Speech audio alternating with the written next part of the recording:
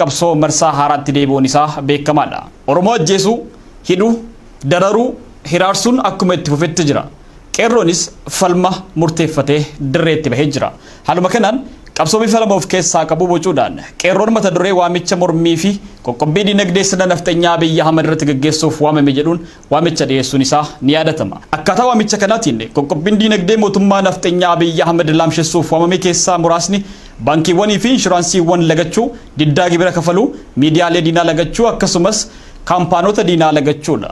Tooftaa lammaffaan waamicha mormii fi qoqqobbii dinagdee sirna nafxanyaa Abiyyi Ahmad loluuf baafame immoo uggurraa daandiiwwan gurguddoo highways itti xiyyeeffata. Kaayyoon uggurraa daandiiwwan gurguddoo kun daandiiwwan Oromiyaa seenanii fi ba'an cufuudhaan ujummoo dinagdee mootummaa sirna nafxanyaa Finfinnee jiru irratti cufuudha.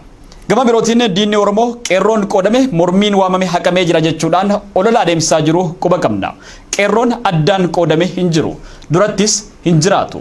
Waamichi qabsoo marsaa kanas akkaataa qeerroon waameen kan itti fufu ta'a.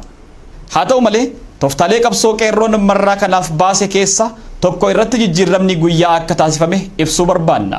Haaluma kanaan tokko qoqqobbiin dinagdee mootummaa nafxanyaa Abiyyi Ahmad laamsheessuuf waamame baankiiwwanii fi inshuraansii diinaa lagachuu, diddaa gibiraa kafaluu, miidiyaalee diinaa lagachuu akkasumas kaampaanota diinaa lagachuun akkuma jirutti itti fufa. Kanaaf widhata adoolessa 20 bara 2012 irraa kaasee ummatni keenya waamicha qoqqobbii dinagdee dhiyaate akka hojii irra oolchuu deebine yaadachiisna.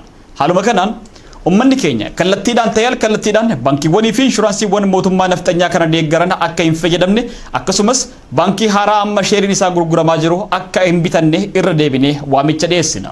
Tokko tuqaa lama ummanni keenya mootummaa nafxanyaa Abiyyi Ahmadiif gibira akka hin kaffalle.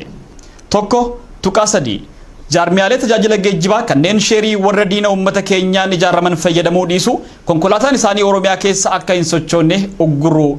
Tokko tuqaa sadii jaarmiyaalee tajaajila geejjibaa kanneen sheeriin warra diina uummata keenyaatiin ijaaraman fayyadamuu dhiisu akkasumas konkolaataan isaanii Oromiyaa keessa akka hin sochoone ugguruu.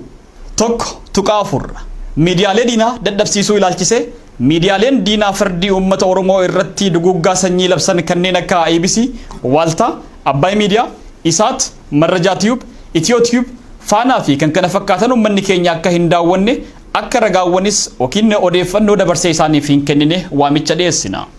Tokko tuqaa shan qabeenya abbootii qabeenyaa kanneen sirna nafxanyaa kana tajaajilan uummanni Oromoo kan maqaadhaan beeku qabeenya isaanii hunda irratti qoqqobbiin gabaa yookiin dinagdee akka irratti godhamu waamicha goona. Qabxii lama waamicha uggurraa geejjiba guutummaa Oromiyaa ilaalchisee waamicha uggurraa geejjiba daandiiwwan gurguddoo Oromiyaa seenanii ba'anii fi Oromiyaa keessa qaxxaamuranii hagayya 20 irraa eegalee qeerroon waamicha dhiyeessee ture. Haa ta'u malee gaafii hawaasni keenya musliima iddoo tokkoo gara iddoo tokkootti socho'uudhaan ayyaana Arafaa kabajachuudhaaf imalarra waan jiraniif uggurrii geejjibaa kun ilaalcha keessa galfamuudhaan adoolessa 27 bara 2012 irraa eegaluun akka hojiitti hiikamu murtaa'ee jira. Kanaaf Wijataa adoolessa 27 bara 2012 irraa eegalee daandiiwwan magaalota Oromiyaa wal agarsiisan marti guyyaa kana irraa kaasee cufaa ta'u. Haaluma kanaan daandiiwwan gurguddoon highways gara magaalaa Finfinnee geessan dabalatee geejjibni marti akka dhaabbatu irra deebinee waamicha goona. Uggurri kun wijataa adoolessa 27 irraa eegalee hojii irraa akka oolu firaafis ta'ee diinaaf ifa akka ta'u qeerroon murteessee jira. Cufiinsa daandiiwwanii kana keessa ambulaansii irraa kan hafe sochiin geejjibaa Oromiyaa keessa deemuu fi ba'u marti ni dhaabbata. Sochiin uggurraa geejjibaa marsaa kana daandiiwwan magaalota wal quunnamsiisan qofa irratti kan xiyyeeffate waan ta'eef sochiin taaksii keessoo magaalotaa fi daldalli garaagaraa magaalota keessatti adeemsifamu kan itti fufu ta'a. Hariiroon magaalotaa garuu addaan cita. Waamichi uggurraa geejjibaa guutummaa Oromiyaa kun hamma qeerroon ibsa baasee akka dhaabbatuuf ifatti waamicha dhiyeessutti kan itti fufu ta'a. Injifannoon uummata Oromoof.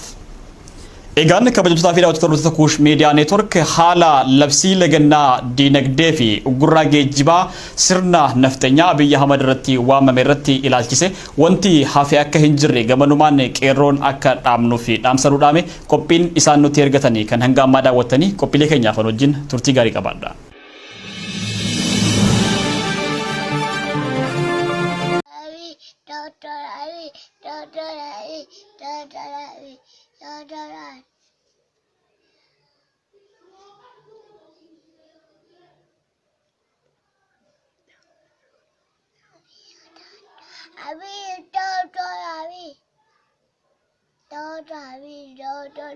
Abi,